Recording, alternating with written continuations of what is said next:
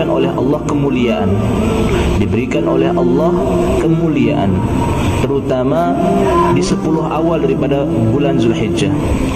Allah Subhanahu wa taala menyebut di dalam Al-Qur'an, wal fajri wa layalin 'ashri wasyaf'i wal watri wal laili idza yas.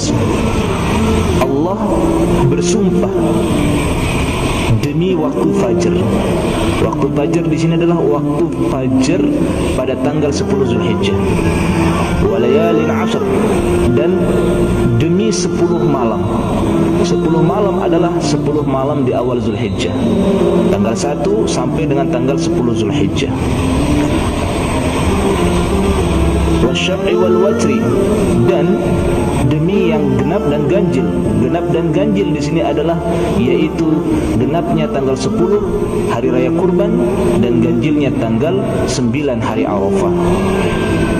Ini adalah kemuliaan bulan Zulhijjah, 10 awal daripada bulan Zulhijjah, terutama di 10 malam. Disebutkan di dalam satu hadis, Rasulullah sallallahu alaihi wasallam mengatakan, "Ma min ayyamin a'zam 'indallah wa la ahabba ilaihi al-'amal fihinna min hadhihi al-ayyam al-'ashr, fa'akthiru fihinna min at-tahlil wat-takbir wat-tahmid." Rasulullah sallallahu alaihi wasallam mengatakan, "Ma min ayyamin a'zam." Tidaklah ada hari yang lebih mulia di sisi Allah, hari yang lebih agung di sisi Allah, wala ahabba ilaihi al-amal, dan Allah amat mencintai amal di dalamnya, amal-amal soleh yang ada di dalamnya.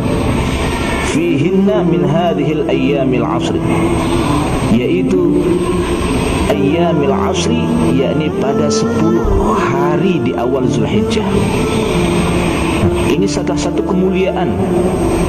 Bahkan disebutkan di dalam satu riwayat Imam Al-Baihaqi bahwa barang siapa yang mengerjakan satu amal kebaikan pada hari-hari 10 awal di bulan Zulhijjah, Allah akan lipat gandakan menjadi 700 lipatan. Barang siapa yang beramal 1000 pada hari-hari itu, Allah lipat gandakan menjadi 700.000. Barang siapa yang bersedekah 10.000, Allah lipat gandakan menjadi sedekahnya seperti sedekah 7 juta. Terus barang siapa yang sujud di hari-hari itu, 1 kali sujud sama dengan seperti dia sujud 700 sujud. Subhanallah. Ini salah satu kemuliaan daripada bulan Zulhijjah. Di dalam hadis yang lain juga riwayat daripada At-Tirmizi, Rasulullah sallallahu alaihi wasallam menyampaikan, "Ma min ayyamin ahabbu ila Allah ay yuta'abbada lahu fiha min 'ashri Dzulhijjah." Tidaklah ada hari yang paling dicintai oleh Allah Subhanahu wa taala untuk kita beribadah di dalamnya melebihi daripada 10 malam pertama Dzulhijjah. Rasulullah mengatakan tidak ada hari yang lebih utama untuk beribadah di dalamnya kecuali pada 10 malam pertama daripada bulan Zulhijjah. Ya'dilu siyam kulla yawmin minha bi siyamis sanah. Barang siapa yang berpuasa sehari di antara 1 sampai tanggal 9 Zulhijjah, sama dengan dia berpuasa 1 tahun, ibadah 1 tahun. Wa qiyamu kulla lailatin minha bi qiyami lailatul qadri, dan barang siapa yang mendirikan salat malam di dalamnya, ya, maka setara dengan salat Lailatul Qadar. Subhanallah. Ini kemuliaan di bulan Zulhijjah.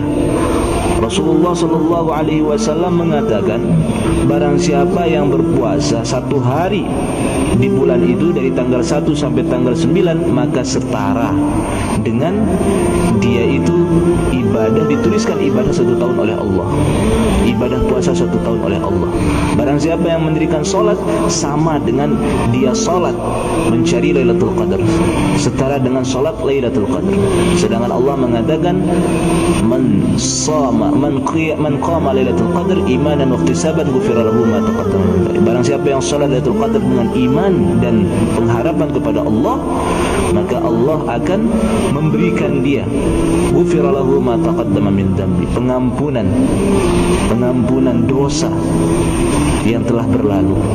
Masya Allah, seketika kita menjalankan sholat malam dari malam tanggal 1 Zulhijjah sampai tanggal 10 Zulhijjah, sama dengan seperti kita melaksanakan sholat Lailatul Qadar. Sholat Lailatul Qadar dengan pengampunan dari Allah Subhanahu wa Ta'ala, 1 tahun dosa yang telah berlalu diampuni.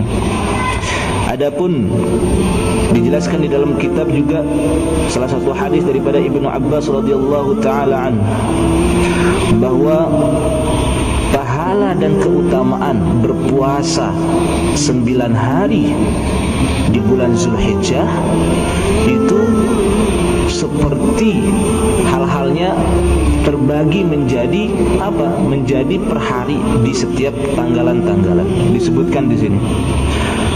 Barang siapa yang berpuasa pada tanggal 1 Zulhijjah, keutamaan tanggal 1 Zulhijjah adalah hari di mana Allah Subhanahu wa Ta'ala mengampuni dosanya Nabi Allah Adam alaihissalam. Sehingga man shoma, barang siapa yang berpuasa pada tanggal 1 Zulhijjah, Allah akan mengampuni dosanya. Ini keutamaan tanggal 1 Zulhijjah. Keutamaan tanggal 2 Zulhijjah adalah tanggal 2 Zulhijjah adalah hari di mana Allah Subhanahu wa Ta'ala mengampuni doa, mengabulkan doanya Nabi Allah Yunus alaihissalam, yaitu ketika berada di perut ikan. Jadinya tanggal 2 Zulhijjah Allah mengijabah doanya Nabi Yunus dan mengeluarkannya dari perut ikan. Barang siapa yang berpuasa pada tanggal 2 Zulhijjah, maka Allah mencatatkan kepadanya seolah-olah telah beribadah selama 1 tahun tanpa berbuat maksiat. Ini keutamaan tanggal 2 Zulhijjah. Keutamaan tanggal 3 Zulhijjah adalah tanggal 3 Zulhijjah, hari di mana Allah Subhanahu wa Ta'ala mengabulkan doanya Nabi Allah Zakaria alaihissalam. Sehingga barang siapa yang berpuasa pada hari itu, maka Allah akan mengabulkan segala doanya. Barang siapa yang berpuasa tanggal 3 Zulhijjah, Allah akan mengabulkan doanya seperti mana Allah kabulkan doanya Nabi Allah Zakaria alaihissalam. Kemudian keutamaan tanggal 4 Zulhijjah adalah hari di mana Allah Subhanahu wa Ta'ala melahirkan Isa dari rahimnya Maryam. Sehingga barang siapa yang berpuasa pada hari itu, Allah menghindarkannya dari kesengsaraan dan kemiskinan. Ini keutamaan tanggal 4 Zulhijjah, yaitu hari di mana Allah melahirkan Isa. Dan barang siapa yang berpuasa pada tanggal 4 Zulhijjah, puasanya itu akan menjadi bentengnya dari kesengsaraan dan kemiskinan. Tidak akan diberikan dia kesengsaraan dan kemiskinan oleh Allah Subhanahu wa Ta'ala. Kemudian keutamaan hari tanggal 5 Zulhijjah, yaitu Allah, di mana hari itu lahirnya Nabi Allah Musa alaihissalam. Barang siapa yang berpuasa pada hari itu, Allah akan bebaskan dia dari kemunafikan dan azab kubur. Ini keutamaan tanggal 5 Zulhijjah. Tanggal 5 Zulhijjah lahirnya Nabi Allah Musa alaihissalam. Barang siapa yang berpuasa di dalamnya, maka Allah akan menghindarkannya dari segala kemunafikan dan azab kubur. Ini puasa tanggal 5 benteng dari munafik dan dari azab kubur.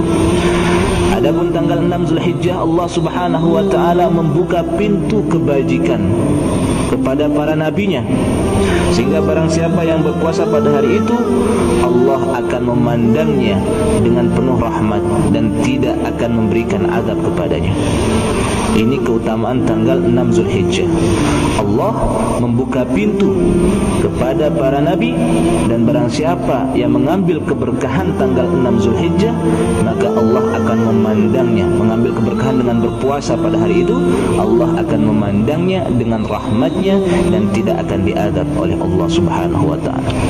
Kemudian tanggal 7 Zulhijjah adalah hari di mana Jahannam ditutup sampai sebelum lewat tanggal 10. Jadinya neraka Jahannam itu ditutup oleh Allah dari tanggal 7, 8, 9, 10. Ya. Nah, ini Allah menutup Jahannam dan tidak akan dibuka oleh Allah Jahannam itu sampai tanggal 10 lewat. Ya. Barang siapa yang berpuasa pada hari itu, maka Allah akan menutup 30 pintu kemelaratan dan 30 pintu kesukaran, dan Allah akan membuka 30 pintu kesenangan dan 30 pintu kemudahan. Barang siapa yang berpuasa pada tanggal 7 Zulhijjah, Allah tutup baginya pintu kemelaratan kemelaratan dan pintu kesulitan. Dan Allah akan buka 30 pintu baginya untuk kebahagiaan dan kemudahan. Ini keutamaan tanggal 7. Adapun tanggal 8 Zulhijjah adalah Yaumut Tarwiyah. Barang siapa yang berpuasa pada hari Tarwiyah, maka Allah akan memberikan dia kebaikan, yaitu pahala yang tidak terhingga. Siapa yang puasa tanggal 8 Zulhijjah, pahalanya itu tidak akan diketahui kecuali Allah yang mengetahuinya. Tanggal 9 Zulhijjah yaitu puasa Arafah, yaitu hari Arafah, di mana jamaah haji berkumpul. Keutamanya apa? Barang siapa yang berpuasa pada tanggal 9 Zulhijjah yang tidak hadir di Arafah, maka puasanya itu sebagai tebusan dosanya 1 tahun yang lewat dan 1 tahun yang akan datang.